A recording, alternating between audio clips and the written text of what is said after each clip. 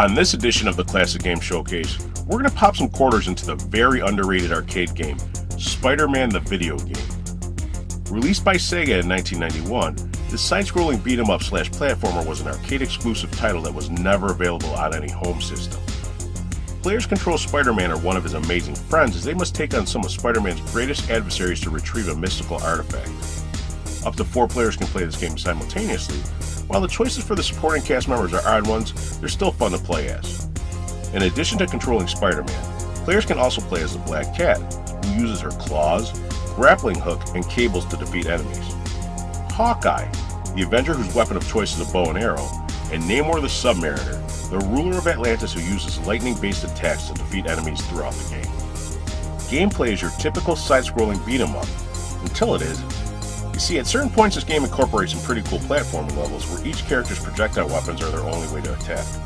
At times the camera goes back into a close-up and the game returns to a beat-em-up which will eventually lead to a boss battle.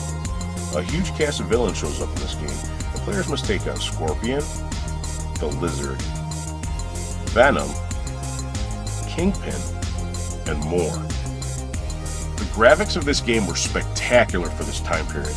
The sprites in the close-up sections are large and detailed, and the comic book style presentation makes this game stand out a bit from the similar games that came out during this era.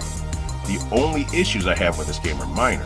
The life bar players have in this game has a running timer, which means you are constantly losing life bit by bit. The good news is that you can pick up health power-ups throughout the stages as well as recover health between stages depending on how well you get in the level. Another gripe I have with this game is the same issue I have with most games of this type. You keep fighting the same guys over and over. This game does add some variety by having quite a few boss battles, but it can get a little monotonous after beating up the same guys thousands of times. As a whole, Spider-Man the arcade game is a really fun experience.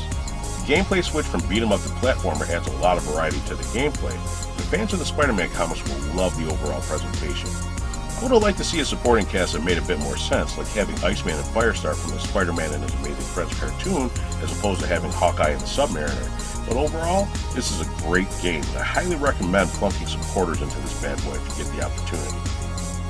Until next time.